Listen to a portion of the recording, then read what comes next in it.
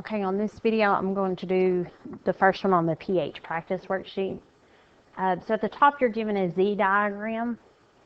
And if you'll notice where the H plus is written larger, that means we have a higher value or higher concentration of H plus ions. And where the OH is written larger, we have a larger value of hydroxide ions. And then if you'll notice across the very top, there are some values written, and those values represent the concentration for your H plus.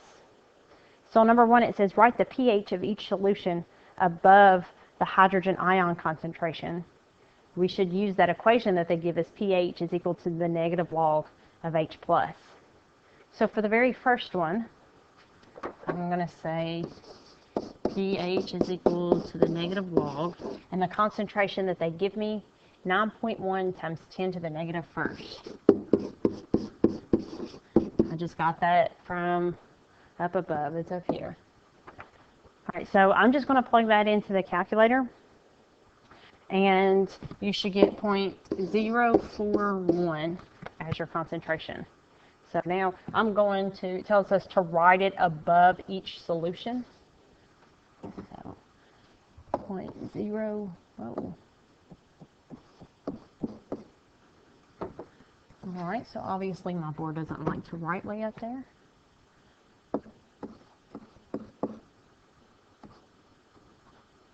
So 0.041 should be our value for the very first one. And bring that down. Yeah. So you'll do the same thing going all the way across the top. You'll take the negative log of each one of those values. Number two, label the Z diagram as acidic, basic, and neutral. So you're going to split this Z diagram up like it were a pH scale, and you're going to tell me which end is acidic, which end is going to be basic, and which end is going to be neutral. And I would wait to do that before you do all of them. Number three, knowing that the H plus concentration times the OH minus concentration always equals 1 times 10 to the negative 14th. Fill in the concentration of hydroxide for each of the 5 solutions in the Z diagram. So this was equation number 6, if you look off to the right. Same equation, they just typed it out a little bit differently. So we know what the Kw value is. We know what our H plus value is. So we're going to use equation number 6 to determine what the value for OH minus is. So Kw is equal to 1.0 times 10 to the negative 14. Our concentration of H plus is 9.1 times 10 to the negative first. We don't know what OH is, and so that's what we're going to solve for.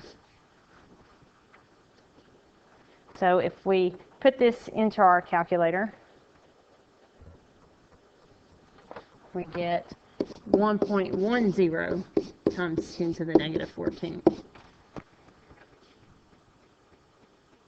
And now we should write that underneath the OH value. So if we used this value here, it's going to correspond with the OH value just below it. So we should now write our OH value down here.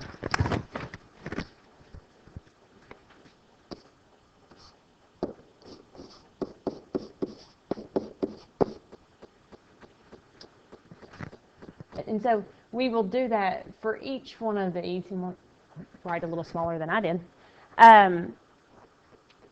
You're going to go through and use this same equation number 6 for each one of these OH values as we go across. So remember, the number that's above the H plus is going to correspond to the OH value beneath it.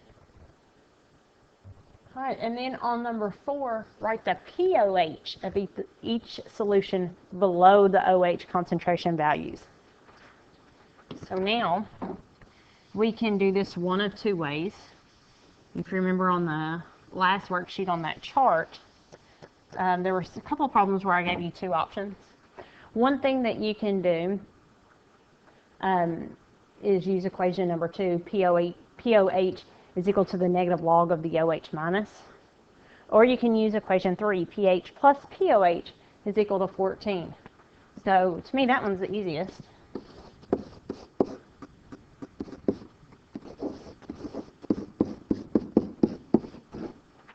So if you go through and subtract, you should get 13.96. And it would be good just to check yourself to make sure, and use equation number 2 every now and then to make sure you're doing them right. So you could say the negative log of 1.10 times 10 to the negative 14th, and you put that in your calculator, and you should come up with the exact same value. So that's a good method to check. So it doesn't matter which one of those equations you use, but then you should go through, let me move this up a little bit, and put that value in underneath.